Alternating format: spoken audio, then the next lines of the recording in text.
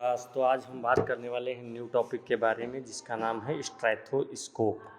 ठीक है, तो स्ट्रेथोस्कोप क्या है, किस प्रिंसिपल पे वर्क करता है, क्या इसकी हिस्ट्री है, इसके बारे में हम लोग पढ़ेंगे।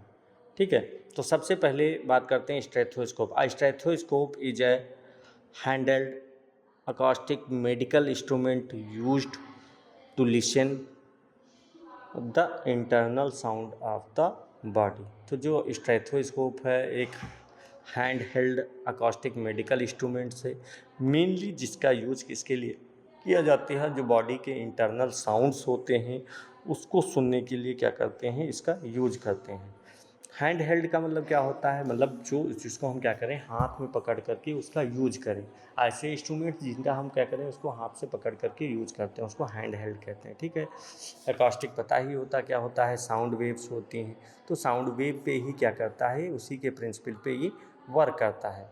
ठीक है, अस्कल्टेशन का मतलब क्या होता है, जो स्टेथोस्कोप होगा उसके हेल्प से क्या करेंगे हम बॉडी की जो अंदर वहाँ पे साउंड प्रोड्यूस हो रही है, नॉर्मल या नॉर्मल साउंड, उसको हम क्या करते हैं सुन सकते हैं। ये साउंड कैसी भी हो सकती है, जैसे हमारी हार्ट साउंड होती है, हार्ट साउंड में जैसे फर्स्ट हार्ट साउंड हो गई, सेकेंड हार्ट साउंड हो गई। ठीक है, इसके अलावा मरमर वाली साउंड जो रहती है या फिर थर्ड हार्ट साउंड हो गई, इसको हम सुन सकते हैं।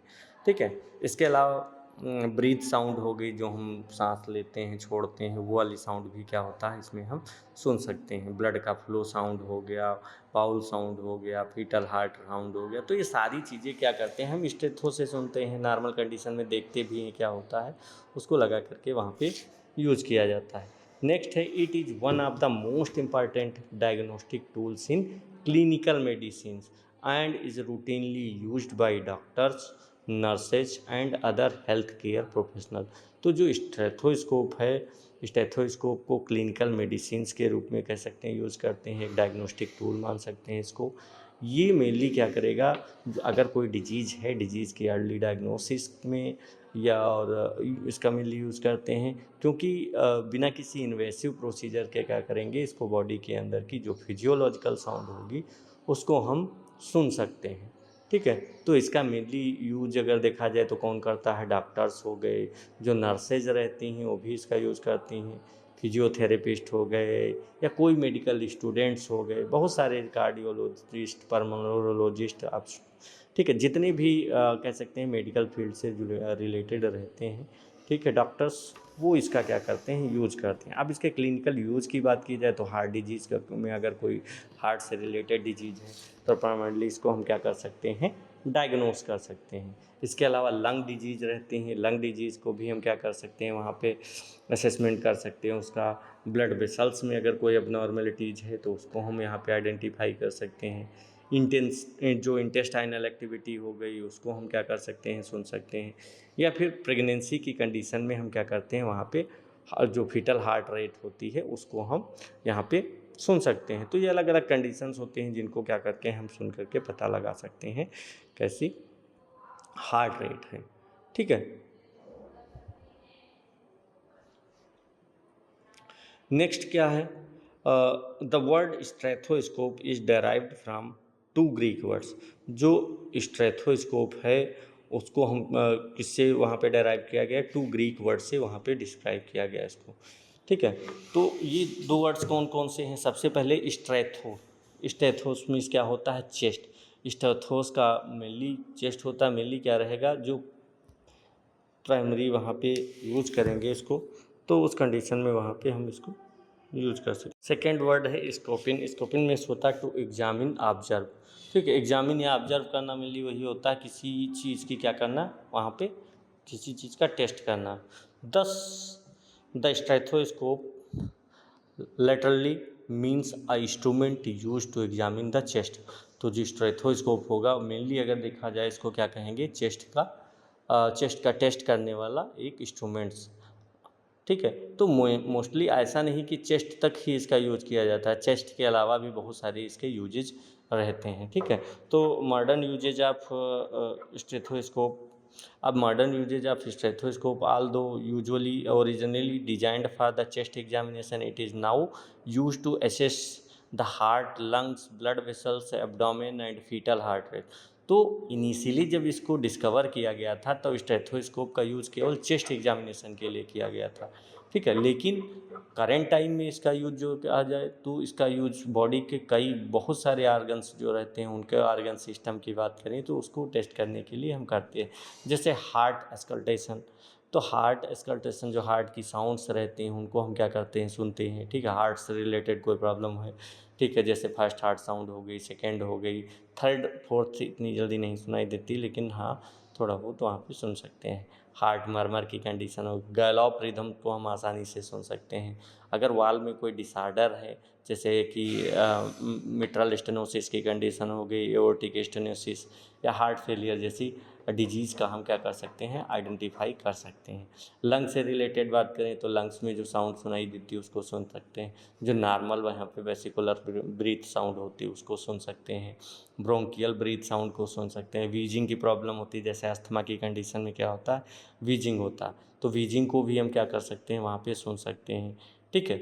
और बाकी और भी प्लूरल रब हो गया, ठीक, क्रिकल्स की कंडीशन होगी, तो इन सबको हम आसानी से सुन सकते हैं, जिससे कि हम पता लगा सकते हैं कि अस्थमा तो नहीं है, निमोनिया तो नहीं है, या फिर सीओपीडी की कंडीशन तो नहीं है। तो इन चीज़ों को हम क्या कर सकते हैं, वहाँ पे देख सकते हैं, सुन सकते हैं, ठीक है, वहाँ पे उसको आइडेंटिफाई कर सकते हैं। इसके अलावा ब्लड वेसल्स की बात करें तो अगर आर्टरी के ऊपर हम इसको लगाएंगे तो वहाँ पे वर्टाइस की कंडीशन अगर है तो वहाँ पे सुन सकते हैं, ठीक है। वर्टिस एक कैसे ये क्या रहता है, इसमें एक एबनॉर्मल वेस्कुलर साउंड वहाँ पे प्रोड्यूस होता है, ठीक है।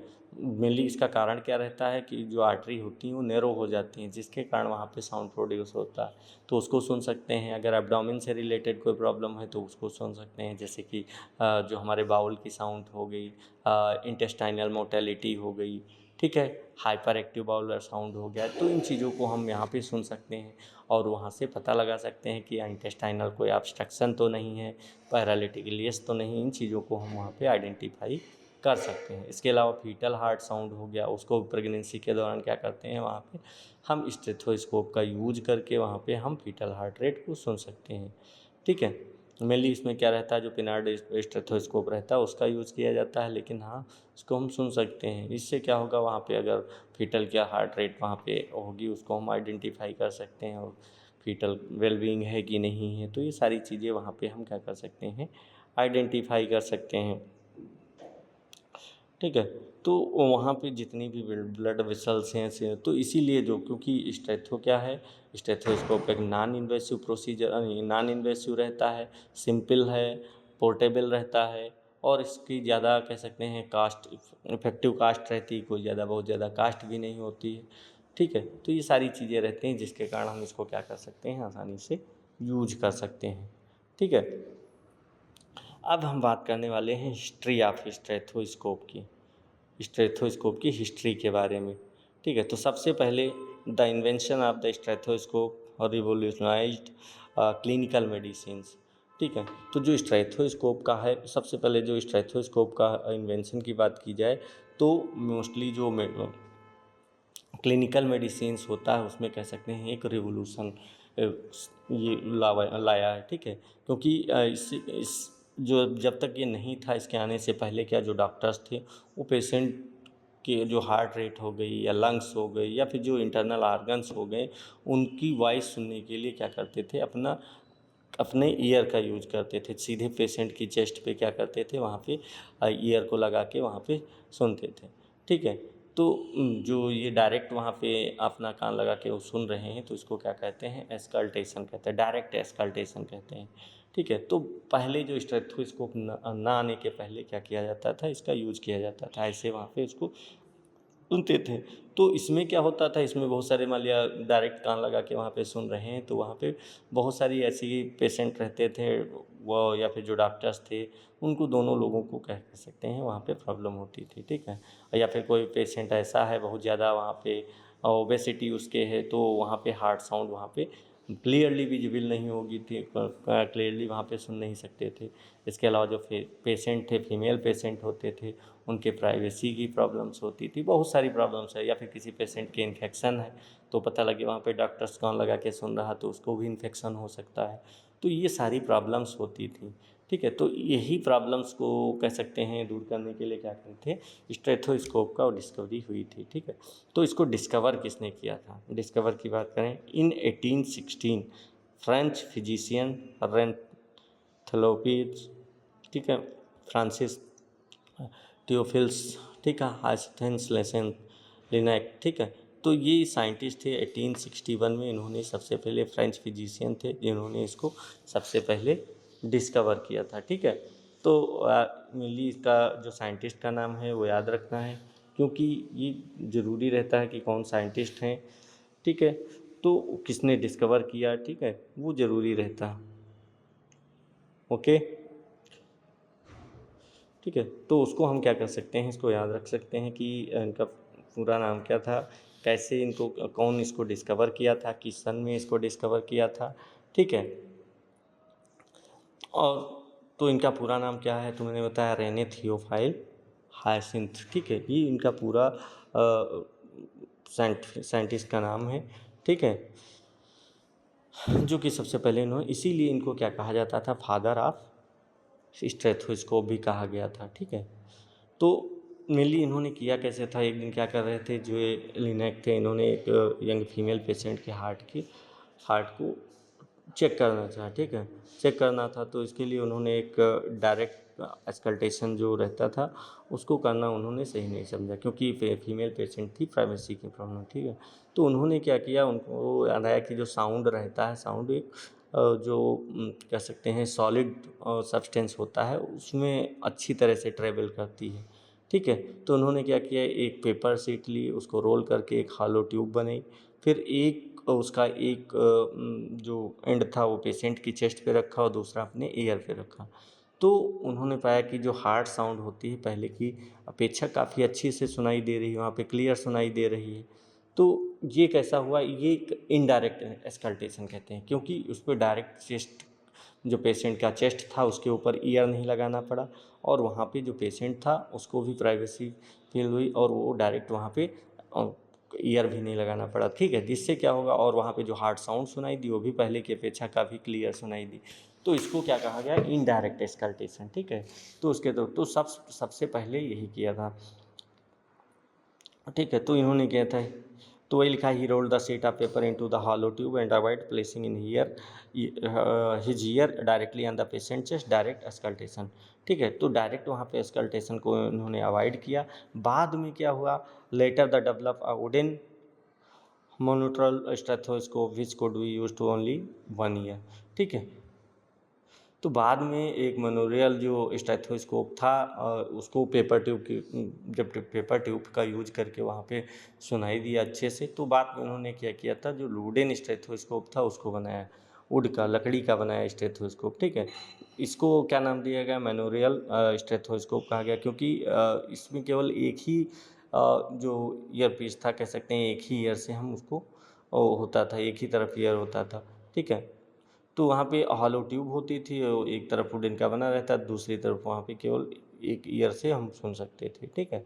जिससे क्या होगा, वहाँ पे दोनों ईयर से नहीं, एक ही ईयर से सुन सकते हैं। स्टेथो में क्या रहता है, दोनों ईयर में लगाया जाता है, इसमें क्या होगा, एक ही ईयर से सुनेंगे। ठीक है। तो वहाँ पे जो हार्ट और जो लंग साउंड थी वो ज़्यादा, कह सकते हैं उसकी अपेक्षा और ज़्यादा क्लियर यहाँ पे सुनाई देती थी। ठीक है। तो ये सबसे पहले कह सकते हैं रियल टाइम मेडिकल स्टेथोस्कोप था। ठीक है। इसके बाद जो आर्थर लियार्ड थे, ठीक है, इन्होंने क्या किया था, बाईनोरल स्टेथोस्कोप का यूज़ किया है। ठीक है। बिनोरल का मतलब है दोनों ईयर से जिसको हम सुन सकें। ठीक है। तो in 1851 Arthur Leared introduce the binaural stethoscope with 2 ear pieces. तो जो इन्होंने 1851 में जो साइंटिस्ट थे, इन्होंने डिस्कवर किया, तो वो कैसा था, बाइनोरल था। ठीक है, मतलब बाई मीन्स 2 और ओरल मीन्स क्या होता है, ईयर। तो बाइनोरल में दोनों ईयर से हम उसको सुन सकते थे स्टेथोस्कोप को। ठीक है। तो यहाँ पे बोथ ईयर का यूज करके सुना जाता था, तो ये सबसे बड़ा एडवांटेज था।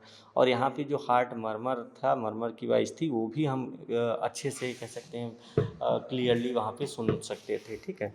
जिससे क्या हो गया, वहाँ पे जो डायग्नोसिस थी और ज़्यादा एक्यूरेसी के साथ बढ़ गई। नेक्स्ट साइंटिस्ट थे जॉर्ज फिलिप्स कैमनन, 1852 में 1852 में इन्होंने क्या किया, improve the binaural designs making it suitable for routine clinical practice.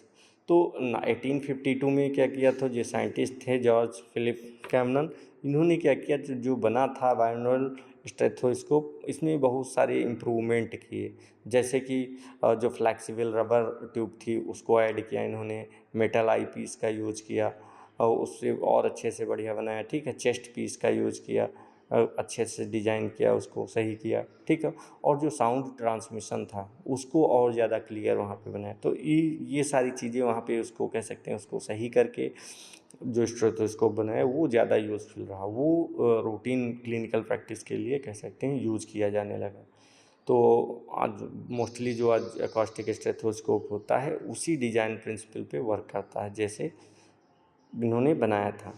अब नेक्स्ट हम बात करते हैं मॉडर्न माइक्रोस्कोप स्टेथोस्कोप की। Modern stethoscope are made of light weight material and are available as acoustic and electronic digital stethoscope, ठीक है। तो जो आज के मॉडर्न टाइम में स्टेथोस्कोप यूज़ किया जाता है वो ज़्यादा एडवांस कह सकते हैं, ठीक है।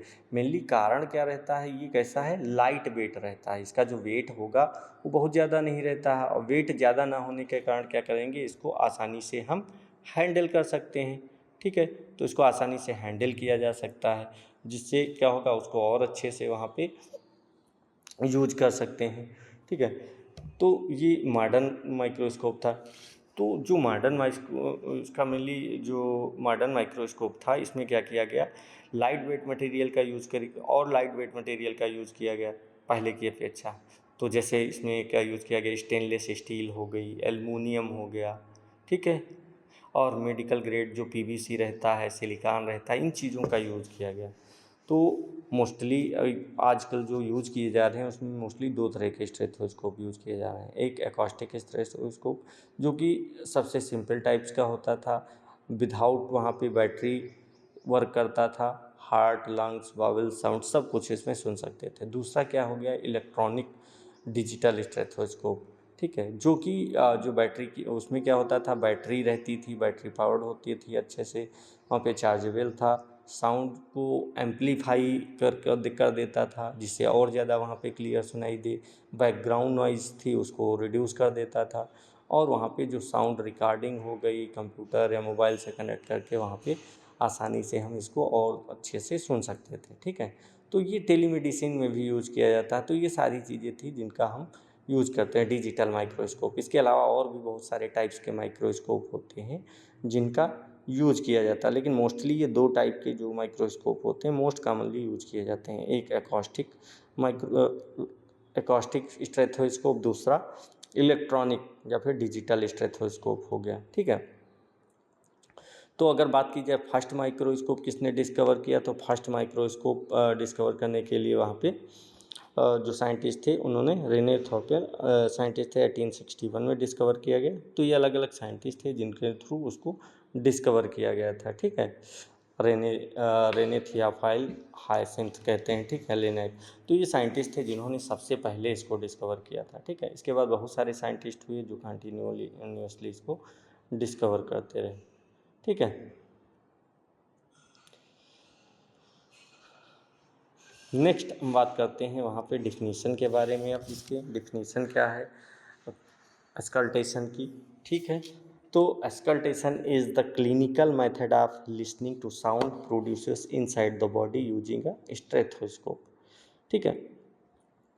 जो अस्कल्टेशन हो एक ऐसा क्लिनिकल एग्जामिनेशन मेथड है जिसमें क्या करते थे, जो स्टेथोस्कोप था, स्टेथोस्कोप की हेल्प से बॉडी के इंटरनल कह सकते हैं, बॉडी के अंदर जो प्रोड्यूस होने वाली वहाँ पे नेचुरल साउंड्स थी उसको सुन सकते थे और उसका वहाँ पे असेसमेंट कर सकते थे, ठीक है। उसको असेसमेंट किया जाता है। तो जो ये कह सकते हैं प्रोसेस होता था, इस प्रोसेस में डॉक्टर्स बॉडी की जो डिफरेंट आर्गन्स हो गए उनसे जो आने वाली वॉइसेस थी, ठीक है, साउंड्स थी, उनको क्या कर सकते, सुन करके उसको नॉर्मल या एबनॉर्मल कंडीशन को वो आइडेंटिफाई करते, ठीक है, कि कोई एबनॉर्मल कंडीशन तो वहाँ पे डेवलप नहीं हुई है, ठीक है।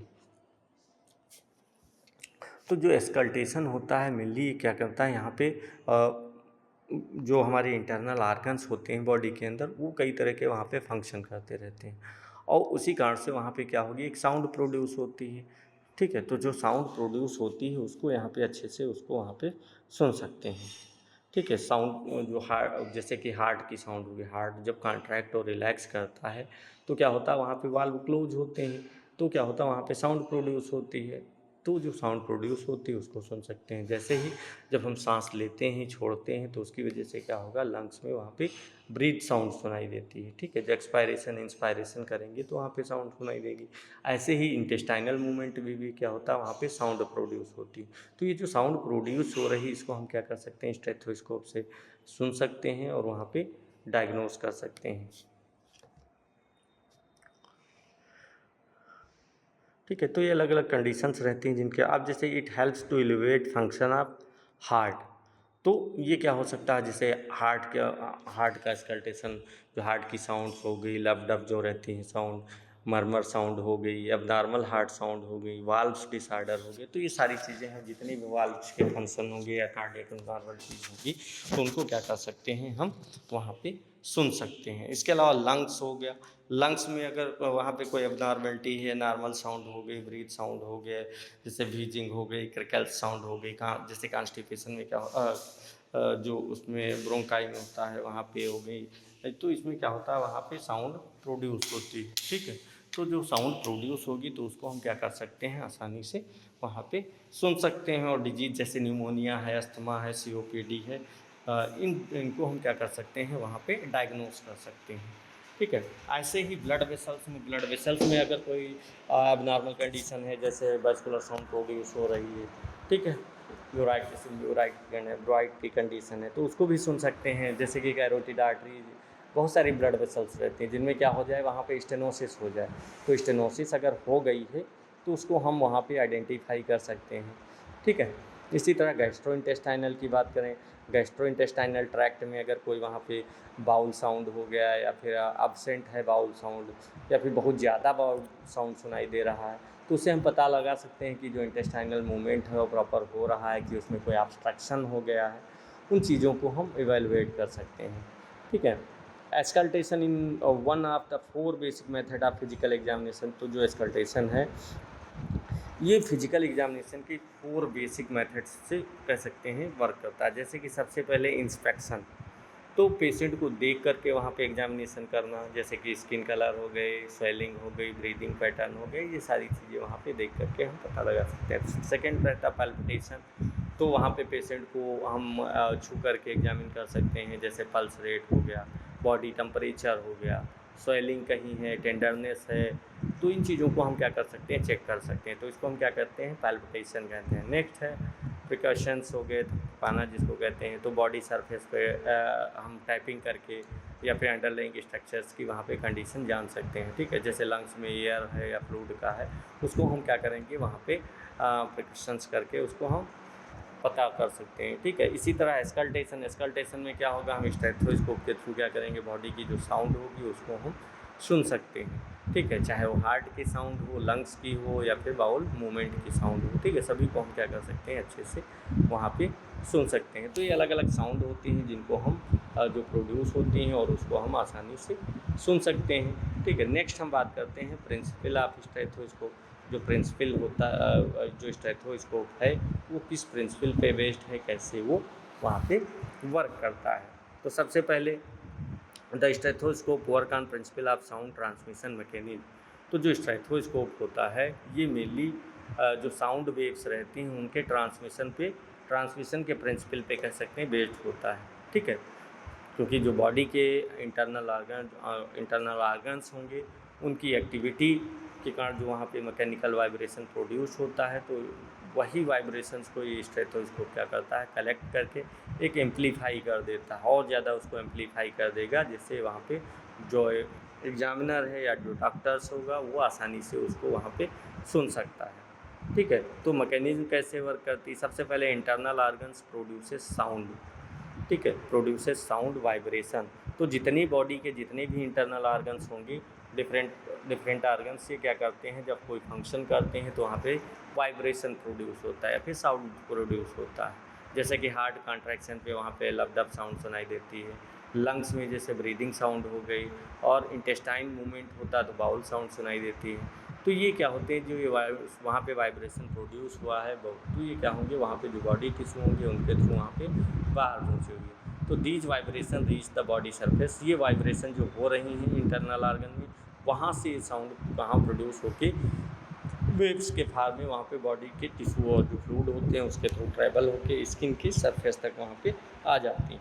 अब जब स्टेथोस्कोप को चेस्ट पीस में या फिर वहाँ पे हम लगाएंगे तो क्या होगा, वहाँ पे हम वॉइस रिसीव कर सकता हो और उनको सुनाई दे सकते हैं। तो डायफ्राम और बेल रिसीव द वाइब्रेशन।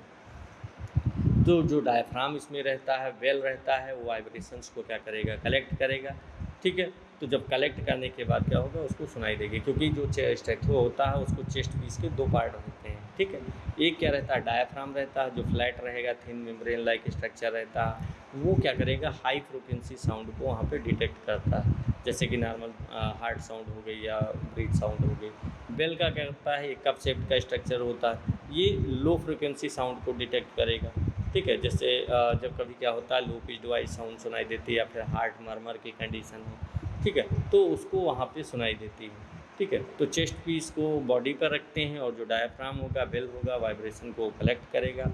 उसके बाद vibration travel through air tight tubing, तो जो चेस्ट पीस से वहाँ पे साउंड प्रोड्यूस हुई, वाइब्रेशन हुआ है, उसको एयर टाइट रबर ट्यूब के थ्रू अंदर वहाँ पे ट्रेवल करेंगी और वहाँ पे ट्यूबिंग के थ्रू वहाँ पे जो साउंड लीकेज होगा उसको रोकेगा और वहाँ पे इंटेंसिटी को मेंटेन करता हुआ वहाँ पे क्लियर ट्रांसमिशन प्रोड्यूस करता है। ठीक है, sound reaches the metal year tubes, तो जो ट्यूबिंग के बाद जो साउंड वाइब्रेशन होगा मेटल ईयर ट्यूब पे आएगा और यहाँ से ये साउंड को क्या करेगा, दोनों ईयर पीस के अंदर वहाँ पे डायरेक्ट कर देता है। ठीक, examiner heart hairs the sound through I pieces, तो अब क्या होगा, जब साउंड ये वहाँ पे आई पीस के पास आएगी तो साउंड वहाँ पे वाइब्रेस आई पीस ईयर पीस के थ्रू वहाँ पे होकर एग्जामिनर के ईयर में वहाँ पे पहुँच जाएगी। तो ये जो डॉक्टर्स होगा या जो एग्जामिनर होगा वो साउंड को एनालाइज करेगा और बताएगा वहाँ पे जो फंक्शन है वो नॉर्मल है, एबनॉर्मल साउंड है या फिर कोई डिजीज़ होगी, इन चीज़ों को वो क्या करेगा, आइडेंटिफाई करता है। तो ये सारे 6 मैकेनिज्म होते हैं प्रिंसिपल पे, जिन पे ये क्या करता है, वर्क करता है। ठीक है, air tight tubing prevent the sound loss and minimise the interfere the exam external noise, और एयर टाइट ट्यूबिंग जो रहती है ये क्या करेगी, साउंड के जो साउंड होता है उसको लॉस होने से बचाती है, बाकी जो इंटरफेरेंस रहता है एक्सटर्नल नॉइज रहती है उसको भी ये क्या करता है, वहाँ पे प्रिवेंट करता है। ठीक है, वहाँ पे बाहर की वॉइस नहीं सुनाई देगी, केवल जो इंटरनल वॉइस होगी उसको वहाँ पे सुन सकता है। ठीक है, तो आज इतना ही रखते हैं। नेक्स्ट क्लास में हम पढ़ेंगे पार्ट ऑफ स्टेथोस्कोप कितने रहते हैं और कैसे वर्क करते हैं। ठीक है, इसके अलावा एक अगर आप लोग BNYES BPT या फिर BMS ऐसे कोर्स किए हैं, इसके बाद अगर आपको मेडिकल प्रैक्टिस करना चाह रहे हैं तो आपके लिए एक स्पेशल कोर्स है CCH, तो वो कर सकते हैं। और वहाँ पे अगर इसकी फ़ीस की बात की जाए तो 25,000 है। ठीक है, तो और 25,000 फ़ीस है। अगर डिटेल में इसके बारे में पता करना चाहते हैं तो आप दिए गए नंबर पे कॉल कर सकते हैं। ओके क्लास, आज इतना ही, बाकी नेक्स्ट क्लास में।